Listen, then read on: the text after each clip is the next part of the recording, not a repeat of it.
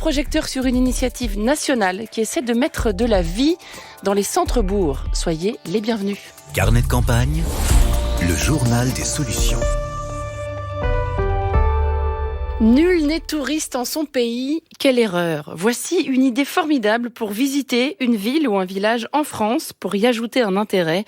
Des balades quiz. On se promène en répondant à des questions. Le tourisme prend alors des allures de jeu de piste.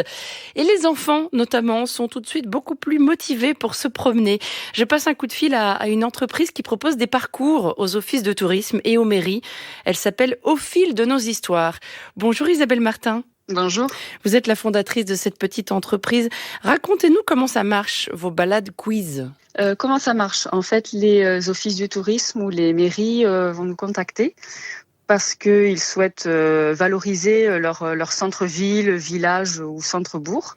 Et on va créer avec eux une balade pour que des touristes ou même les habitants eux-mêmes puissent découvrir l'histoire de la commune, comment elle était avant, comment elle a évolué et comment elle est maintenant aussi.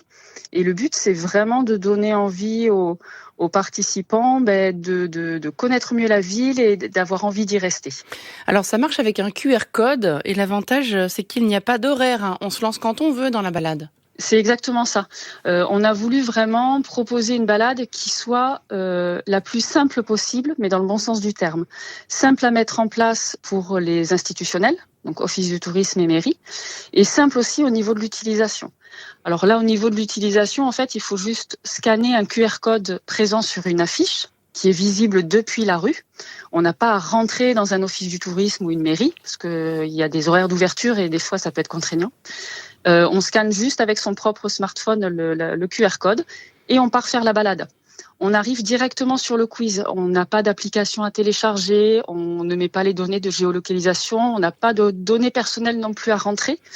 Le but, c'est vraiment d'être directement sur la balade et de la faire de façon très simple. La balade dure 1h30 environ, je crois. Est-ce que vous pouvez nous donner quelques exemples de questions posées ? Alors, ça va être majoritairement des questions en rapport avec la commune. On va leur demander, par exemple, d'observer un élément architectural et on va leur proposer plusieurs photos et on va leur demander de retrouver celle qui correspond au lieu. On va aussi poser des questions sur des personnalités locales. Donc, bien évidemment, et ça, on prévient les participants au début du quiz, ils ne vont pas avoir forcément les bonnes réponses pour chaque question. Et c'est le but aussi.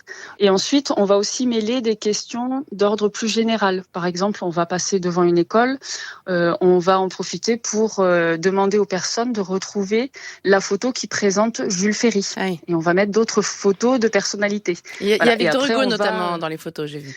Voilà, exactement. On peut avoir différentes personnalités. Enfin voilà, donc on va vraiment essayer d'avoir des questions d'ordre général et aussi des questions vraiment beaucoup plus spécifiques à la commune. À chaque fois, il y a une version adulte et une version adulte avec des enfants. Est-ce que vous confirmez que ça aide les enfants à marcher ? Ah oui, oui, complètement. Moi, personnellement, j'ai deux filles, 2 ados, où il faut des fois un petit peu les traîner sans blague sur ce genre de sortie, voilà. Et c'est vrai que au début, oui, on les traîne un peu, et en fait, elles se prennent au jeu. Et on l'a remarqué sur des témoignages de personnes qui nous disent à la fin du quiz que l'enfant s'est pris au jeu et qu'il a très bien marché et il a été content en fait de ses réponses. Donc ça permet aussi de valoriser les enfants. Vous habitez Caraman, Isabelle, petite commune pas très loin de Toulouse, mais vos quiz s'étendent sur toute la France. Dans combien de communes êtes-vous implantés pour l'instant ? Alors là, depuis cet été, on a proposé 26 balades quiz sur une douzaine de départements. Et déjà sur 2025, on en a 4 qui sont en prévision. On espère plus. C'est aussi un enjeu de dynamisation des centres-bourgs, notamment dans les petites communes. On sait que l'absence de commerce et de services publics fait beaucoup de mal dans certains coins de France. Est-ce que vous vous sentez investie de ce combat-là, Isabelle ? Oui, complètement. Et c'est aussi pour ça qu'on a créé nos balades. On a vraiment à cœur de développer les centres-villes, les centres-bourgs. C'est vrai qu'il y a maintenant dans les propositions touristiques énormément de tourisme vert et c'est très bien. Mais il y a aussi tout ce côté-là de centre-ville qui se meurt malheureusement dans certaines communes et il faut absolument les redynamiser parce que c'est un formidable lieu de rencontre et d'échange. Et il y a des commerçants ou autres que l'on peut mettre aussi en avant grâce à nos balades quiz, des artisans, des savoir-faire. On peut très bien faire passer les participants de nos balades quiz devant un ébéniste ou quelqu'un qui va travailler sur des vitraux ou autre, et en profiter pour parler de ce métier-là. Donc voilà, c'est vraiment tout ce qui permet de valoriser la ville et de donner envie aux gens d'y aller, d'y rester, de rester sur place et de solliciter les commerces et les artisans qui font la ville.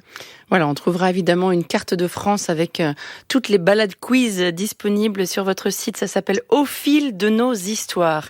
Merci beaucoup Isabelle Martin. Mais merci à vous. Bonne journée, au revoir. Merci également. France Inter, carnet de campagne.